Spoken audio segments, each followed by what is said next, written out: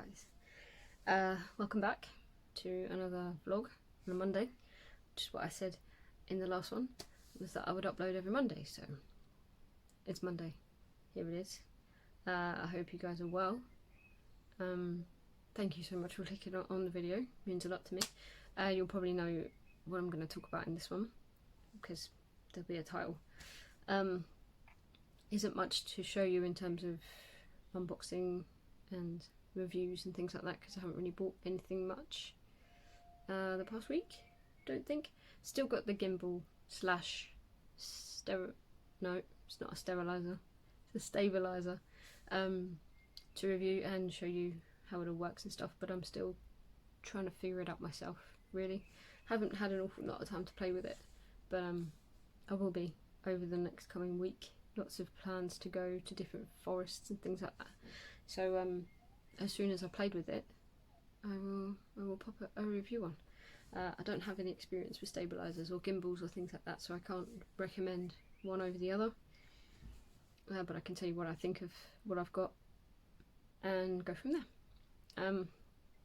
But as for this vlog, I went to, I think it's Ouse Valley or Ouse Valley viaducts in Heath yesterday. Now, I used to work in Heath, and pretty much on my commute home I would drive past the viaducts pretty much every shift. I took that way home, the scenic route, because it was less busy than the motorways and things like that, plus it's prettier to look at driving through countryside. So I never actually thought of stopping to get out the car to take photos or just mooch about, and I didn't actually think that you could, being a bridge, especially trains still run across it quite frequently, so I kind of thought it was just something to look at, like some sort of statue or something. But I've joined a load of photography Facebook groups and things like that, and it told me that it's actually some sort of tourist attraction now. There's a lot of people turn up there, so I thought, what a cool way to practice my photography and videography and get better at that sort of thing. So I took Becky, which was very kind of her to come with me, to check it out. So there's not a lot of parking actually there.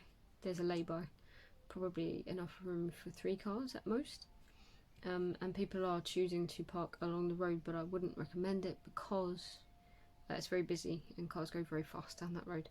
So it's not a great idea, and I think you can get ticketed. I'm pretty sure it is double yellows, but I'm not, don't quote me on that. So if you want to gamble with that, then feel free. You just put in Ouse Valley viaducts and it'll come up on Google Maps and pretty much take you to the doorstep. But if you're like me and you want to do it a bit more properly, somebody recommended you go to Ardenley Reservoir and walk 20 minutes pretty much through 2 fields and a bit of pavement road type thing, past a couple of houses, and you're on the main road, 2 minutes down that main road and you're there.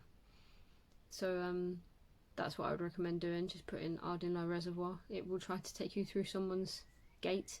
That is not the right way. You want to continue down that main road and do a left and a left, and it brings you around to the entrance. You know, Google Maps sometimes takes you to the back end of it where you need to get to the front. It's done that quite a few times over this quarantine when I've been looking for new places to visit. It's taken me to the back of a place I need to be where I need to be at the front. So I'd recommend parking there. It was busy. They were running a 1 in 1 out kind of schedule, and I thankfully didn't have to wait too long. Waited for about 2 minutes, and then 3 people came out, so it let me and the 2 people behind me in.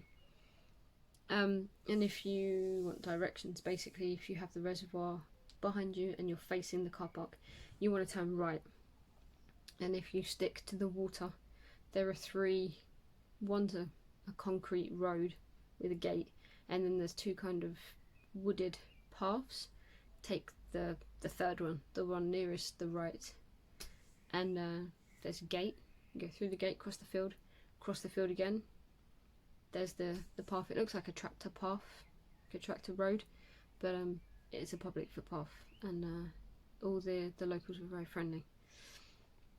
So we took that, and we were there, and I think we were there for roughly 30 to 45 minutes, give or take, maybe an hour at a push. I haven't really checked my watches or checked the times on any of the photos, so I'm either going to attach them, I'll attach them to the end, just so that if you want to see the photos you can have to wait till you finished me talking. I've put on a new intro that I just made with render forest or something like that, so it's not great and it's not mine, but it's something better than just me jumping on the camera. At least you have some sort of intro. That's not the music that I want with it either, but it's struggling to find the song that I made for it, so there's lots of work needed to be done to this channel to make it better and look a bit crispier. But until then, that's my intro, that's what you're stuck with, but it's only like 8 seconds, so it's not too much of an ask to get you to sit through it. So I'm going to shove up a couple of videos that I took and a couple of photos, and I'm going to keep some back for myself because some of them are private and I don't particularly want to share them with the internet. But I will share quite a few of them, and some of them even my girlfriend took, and I have to say she got an eye for a good photo. So I can't take credit for all of them, but about half of them. We did about 50-50. I used my gimbal, she used the camera, so it was a good day. And she didn't have to come with me, but she did, and it's nice to have someone kind of enjoy my hobbies with me, not because she has to, but because she wants to, because she doesn't have to. And you know, it would have sucked to go on my own, but it's something I would have had to have done if I wanted to go there. But it's nice to enjoy your hobbies together, you know. Nice to get the other person interested in what you like, and I'm sure she's studying for something. She's studying for something to do with wedding planning, so I'm going to take a keen interest in that if she wants me to do so. I'm currently studying diet and nutrition, because that's also something that I struggle with hugely in my personal life, and I've seen a nutritionist and a dietitian when I was going through pretty much what I'm going through now. About 10-15 years ago, seems to be recurring, which is a real shame, but it means I should get some answers, hopefully, if I pursue it with the GP, and I'll keep you posted with that. But that sucks. So last night was a pretty bad night after a really awesome day, but that seems to be the way that my body pays me back for just enjoying myself, and I didn't really eat much yesterday, so it's possibly telling me off for that as well. So I won't talk about that anymore because it wasn't fun, and I won't be reliving it anytime soon. So that's my weekly roundup. I did go and visit my friend for her birthday, which was pretty cool. Social distancing obviously adhered to, and she wasn't expecting us, so she got a bit of a fright when I popped my head around the corner, but it was fun to surprise her with a box of cupcakes and some presents that were pretty cool. She's a fan of Winnie the Pooh, so it was nice to surprise her with some Winnie the Pooh merchandise and a card that my girlfriend had made. Yeah, and it was awesome, so it was nice to see her. And tomorrow we're off to somewhere in Oxford. I don't really know much about that. I need to research a little bit more, but I will possibly pop that one up as an extra vlog, or wait till Monday and just do a longer one. But I hope you're all well, hope you're all keeping safe and staying sane. If you've gone back to work, then good luck. Wear your mask, wear your gloves, whatever, wash your hands, yada yada yada, you know what you're doing.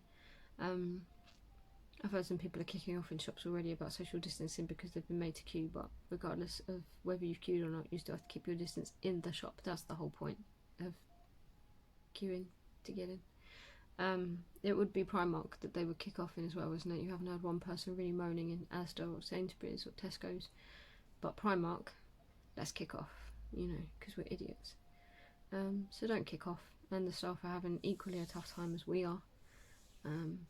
They're probably worried about going back to work, and hopefully people respect their distance and respect the fact that they've gone back to work basically so we can shop while we're off work.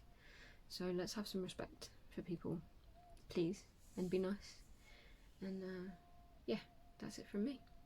I will attach the videos and the photos. I hope you enjoy them. If you've got any friendly criticism, don't be nasty on my channel.